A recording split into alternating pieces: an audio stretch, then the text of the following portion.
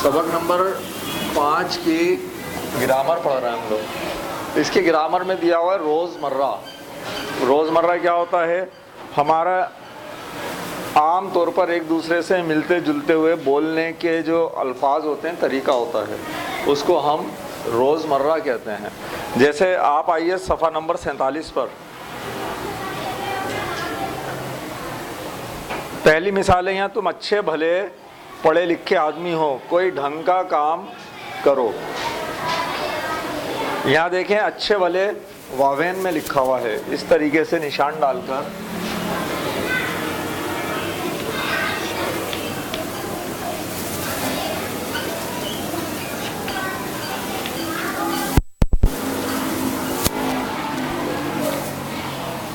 دوسرا ہے وہ اچھا خاصا امیر آدمی ہے، پھر بھی اپنی غریبی کو روتا رہتا ہے۔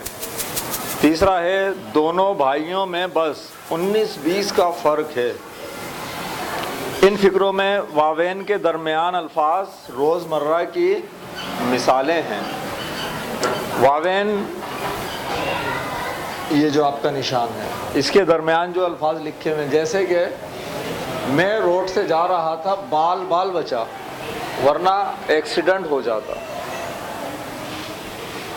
میرے دوست کا ایکسیڈنٹ ہو گیا، مرتے مرتے بال بچا، اللہ تعالیٰ نے اسے زندگی دے دی، ورنہ وہ تو مر ہی گیا تھا۔ یہ سب کیا ہے؟ ہمارا عام بول چال میں جو ہم الفاظ استعمال کرتے ہیں، ان کو آپ کیا بولتے ہیں؟ روزمرہ۔ اس کی صرف یہ اتنی چھوٹی سی گرامر ہے۔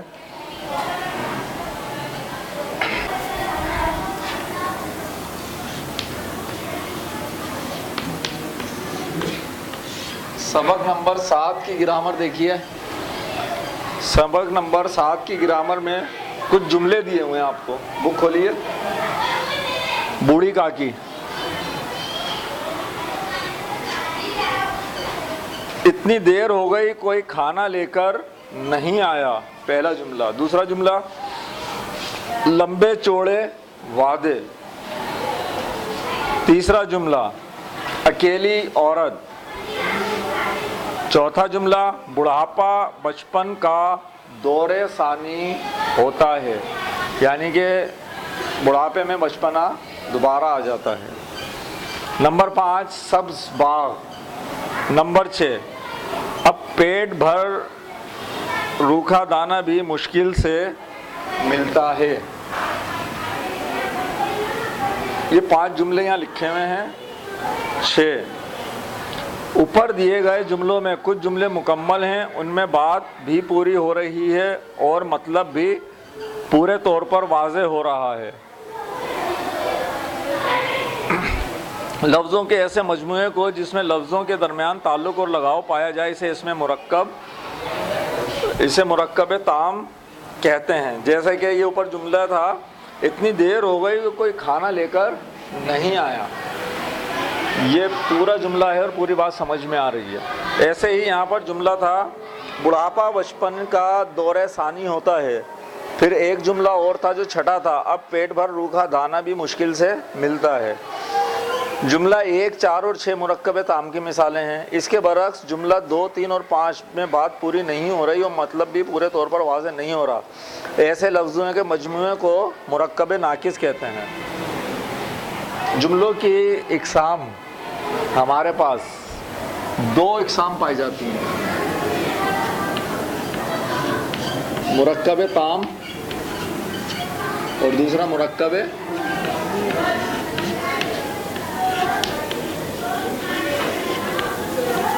ناقص۔ ایسا جملہ جس میں بات پوری بولی جائے اور سمجھ میں آ جائے، اس کو آپ مرکب تام کہتے ہیں، اور وہ جملہ جو کہ مکمل نہ ہو اور اس میں بات بھی پوری طرح سمجھ میں نہ آ رہی ہو، اسے آپ مرکب ناقص کہتے ہیں۔ جیسے کہ آپ کے پاس دوسرا تھا لمبے چوڑے وعدے۔ اب پتہ نہیں لمبے چوڑے وعدے کیے تھے پورے ہو گئے، یا لمبے چوڑے وعدے کیے پورے نہیں ہوئے، یا وہ لمبے چوڑے وعدے کرتا ہے اس نے بڑے لمبے چوڑے وعدے کر رکھے ہیں، کیا پتہ نہیں، بات اس میں کچھ بھی سمجھ میں نہیں آ رہی ہے۔ کیا ہے مرکب ناقص؟ ایک اور ہے سبز باغ، اس نے اپنے پارٹنر کو بہت سبز باغ دکھائے تھے کہ بہت زیادہ منافع حاصل ہوگا، لیکن نقصان ہو گیا. یا وہ اپنے دوست کو سبز باغ دکھا رہا ہے، اب کیا بول رہے ہیں، کچھ سبز باغ صرف لکھا ہوا ہے، پتہ نہیں سبز باغ کس طور پہ استعمال ہوا ہے، مرکب ناقص. پھر ایک اکیلی عورت، ایک اور یہاں جملہ جو تیسرے نمبر پہ تھا، اکیلی عورت، پتہ نہیں اکیلی عورت کہیں جا رہی ہے، پتہ نہیں اکیلی عورت گھر میں رہ رہی ہے، پتہ نہیں اکیلی عورت رہ گئی، اس کے باقی خاندان کے افراد انتقال فرما گئے. کیا بات کی جا رہی ہے نہیں پتہ، کچھ بھی ہو سکتا ہے، بات پوری بھی نہیں ہوئی اور کچھ سمجھ میں بھی نہیں آ رہی. اس کو ہم کیا بولتے ہیں، مرکب ناقص.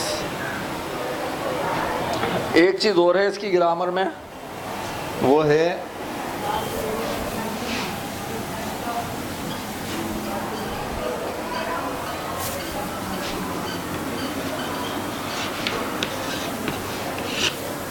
افسانہ، جس کو شارٹ اسٹوری بھی کہا جاتا ہے. اس سے مراد نثر میں ایک مختصر سادہ قصہ ہے جس میں زندگی کے ایک پہلو کو بے نقاب کیا گیا ہو. اردو میں مختصر افسانہ انگریزی زبان و ادب کے وسیلے سے آیا. یہ تو وہ بات ہے جو آپ کے کتاب میں لکھی ہوئی ہے. آسان الفاظ میں افسانہ جب شخص لکھتا ہے، جو شخص بھی لکھ رہا ہے، وہ یہ خیال نہیں کرتا کہ سامنے والا جو پڑھ رہا ہے وہ کون ہے، اس کو سمجھ آئے گا نہیں آئے گا. جتنے مختصر اور جامع الفاظ میں افسانہ بیان کرنے کی طاقت مصنف رکھتا ہے، اتنا اچھا وہ افسانہ نگار کہلاتا ہے. اور اس میں معاشرے کا کوئی ایسا پہلو جو معاشرے میں کمی پائی جا رہی ہو، یا معاشرے کی کسی کمی کی طرف اشارہ کرنا، یا معاشرے کی کوئی اصلاح کرنے کے لیے کوئی افسانہ لکھا گیا ہو. جب ہم نے افسانہ پڑھا تھا تو اس کے اندر کون کون سے افسانے پڑھے تھے آپ نے اپنی کتاب سے ہٹ کر بھی؟ میرا خیال ہے سر نے پڑھایا تھا. اس میں کون سا افسانہ دیا تھا؟ مکھی والا. صحیح ہے. تو سامنے والا شخص کون ہے، اس کو یہ بات سمجھ میں آئے گی یا اس کے سر پر سے گزر جائے گی. کیونکہ افسانہ پڑھنے کے لیے جو شخص بیٹھا ہوا ہے اس کا مطالعہ بھی وسیع ہونا ضروری ہے.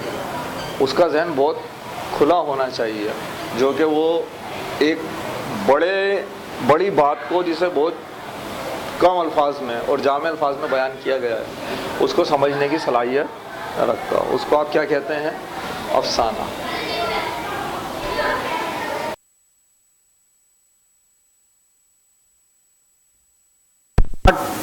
کی گرامر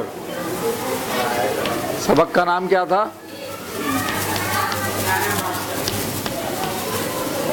سیانہ بادشاہ. گرامر میں اس کا بہت تھوڑا سا کام ہے. لوک کہانی،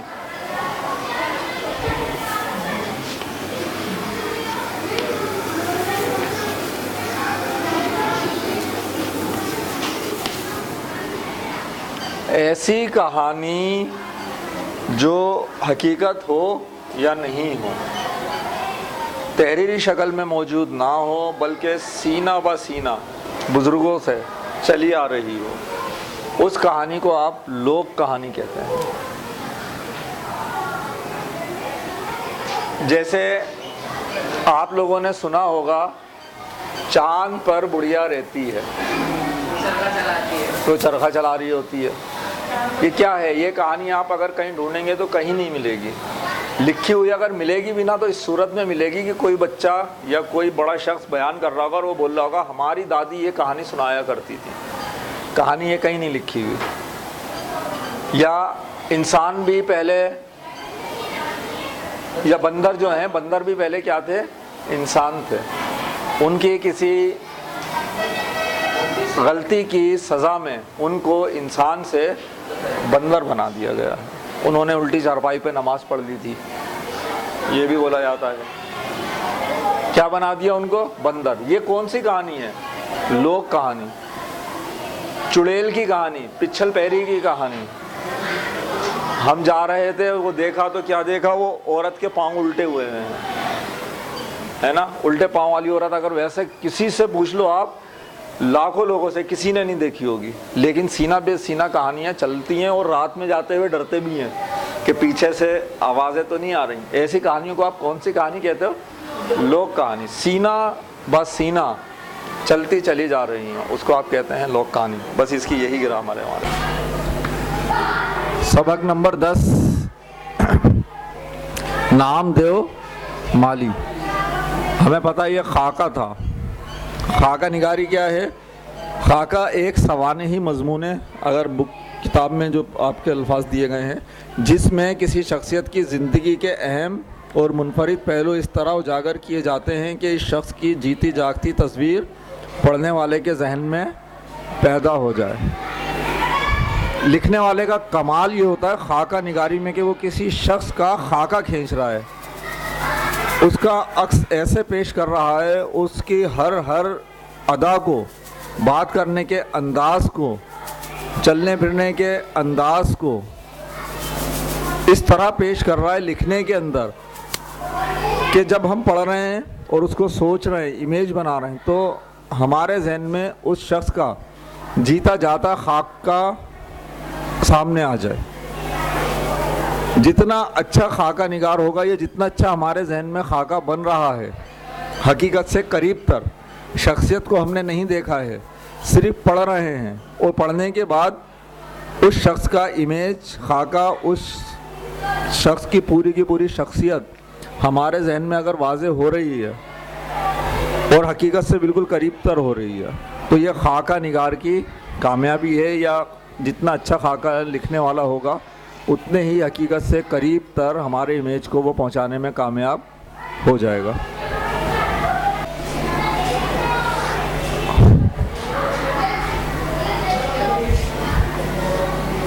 سبق نمبر 11، ڈسٹرکٹ بورڈ کی ڈسپینسری. آپ بھی تھی ایسی تصنیف جو کہ مصنف نے یا کسی شخص نے اپنے بارے میں لکھی ہو، اس کو آپ بیتی کہا جاتا ہے. آپ بیتی، ویسے تو آپ اسے ڈائری بھی کہتے ہیں. ڈائری میں اور آپ بیتی میں تھوڑا سا فرق آ جاتا ہے. فرق کیا آ جاتا ہے؟ ڈائری میں آپ اپنی زندگی کے تمام واقعات جیسے آپ کا دل چاہتا ہے لکھتے چلے جاتے ہیں. آپ بیتی جب آپ لکھ رہے ہوتے ہو تو وہ دراصل معاشرے کے لیے لکھتے ہیں، معاشرے کے سامنے پیش کرنے کے لیے لکھتے ہیں، اور پھر وہ یقیناً ایسی ہونی چاہیے کہ اس میں آپ کے معاشرے کا کوئی نہ کوئی پہلو اجاگر ہونا چاہیے. معاشرے کی کوئی برائی سامنے آ رہی ہے، معاشرے کی کوئی اچھائی سامنے آ رہی ہے، معاشرے کو کوئی پیغام دینے جا رہے ہیں. آپ کی آپ بیتی میں آپ پہ جو گزری، آپ اپنا تجربہ جو شیئر کر رہے ہیں، دراصل وہ کس خیال کے تحت آپ اسے دوسروں کے ساتھ بانٹنا چاہ رہے ہیں کہ لوگ اس سے یہ حاصل کریں. اس کا مرکزی خیال کیا ہے؟ آپ بیتی، یہ سوچ کر آپ بیتی لکھتے ہو. اس میں جو آپ کے لکھا ہے کتاب میں ایسی تصنیف جس میں مصنف نے اپنے حالات و واقعات خود لکھے، آپ بیتی کہلاتی ہے. یہ آپ بیتی پوری زندگی کے واقعات بھی ہو سکتے ہیں اور کوئی ایک خاص واقعہ بھی ہو سکتا ہے. یہ تھی آپ کی آپ بیتی. اسی کے اندر آپ کے پاس گرامر سیکشن میں ایک سوال آیا ہے. وہ سوال ہے ادبی، صحافتی اور قانونی تحریروں کا فرق بیان کرنا ہے.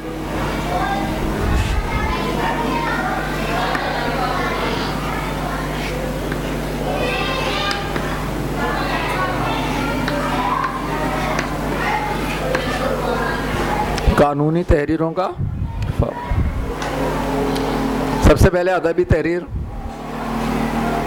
ادبی تحریر جب لکھی جاتی ہے، کوئی شخص لکھ رہا ہے، مصنف، اس کے اندر خیال رکھا جاتا ہے کہ الفاظوں کا چناؤ بہت نرم ملائم ہوتا ہے، یا موضوع کے حساب سے، اگر موضوع سخت ہے تو اس حساب سے آپ لیں گے، موضوع نرم ہے، کوئی شگفتہ بات کہنے جا رہے ہیں تو الفاظوں کا چناؤ بھی ویسا ہی ہوگا، اتار چڑھاؤ کا خیال رکھنا پڑے گا، رشتوں کا خیال رکھنا پڑے گا، اپنے معاشرے میں موجود رسم و رواج کا خیال رکھنا پڑے گا، یہاں کے قانون کا خیال رکھنا پڑے گا۔ یہ آپ کی ادبی تحریریں ہوتی ہیں۔ صحافتی تحریر میں کیا ہوتا ہے؟ صحافت میں بالکل صاف، واضح اور کم الفاظ میں موضوع بیان کیا جاتا ہے، اس کے اندر کسی کے جذبات کا خیال نہیں ہوتا، صرف کیا ہوتا ہے، ایک خبر اگر آپ لے رہے ہو اس خبر کو آپ واضح کر دو گے، یا کوئی موضوع اٹھایا ہے تو سیدھے سیدھے آسان الفاظ میں، جتنے کم سے کم الفاظ میں آپ بیان کر سکتے ہو اس کو بیان کر دیتے ہو۔ تیسرا آپ کا قانونی تحریر۔ قانونی تحریر کے اندر جو سب سے خاص بات ہے، اس کی زبان بے لوچ ہوتی ہے۔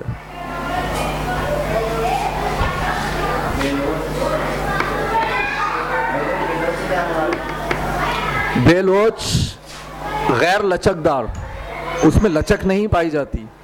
کسی بھی ایک بات کے دو مفہوم نہیں نکالے جا سکتے، کیونکہ اگر قانون میں ایک بات کے دو مقصد نکلنے لگے تو پھر سزا کے لیے بھی کچھ اور مفہوم آ جائے گا، کوئی کچھ لے رہا ہوگا، کوئی کچھ لے رہا ہوگا، ٹھیک ہے؟ جو فیصلہ سنایا گیا ہے وہ بھی غیر واضح ہو جائے گا، مبہم ہو جائے گا۔ قانونی تحریر کے اندر زبان بالکل بے لوچ ہوگی، کتابوں کے مطابق اس میں الفاظ لکھے جائیں گے، جو قانون بولتا ہے سیم بالکل ویسے ہی آپ اس کو کاپی کرواتے ہیں۔ زیادہ تر اگر آپ دیکھیں تو جس وقت فیصلہ لکھوایا جاتا ہے، جج صاحب کوئی فیصلہ لکھوا رہے ہیں تو وہ کتابیں اٹھاتے ہیں، کتابوں کے حوالے دیتے ہیں، کتابوں کے حوالے موجود ہوتے ہیں، پھر اس کے ساتھ ویسا ہی کیس کب اور پیش آیا تھا اور اس میں کیا فیصلہ کیا گیا تھا وہ بھی کوٹ کراتے ہیں۔ ذرا سی اس میں لچک نہیں پائی جاتی، وہ بالکل واضح انداز میں لکھتے ہیں۔ اسے آپ کیا کہتے ہیں؟ قانونی تحریر۔ 11ویں سبق سے یہی ہمارے پاس 4 چیزیں تھیں، ایک تھی آپ بھی تھی اور 3 یہ تحریروں کا فرق بیان کرنا تھا۔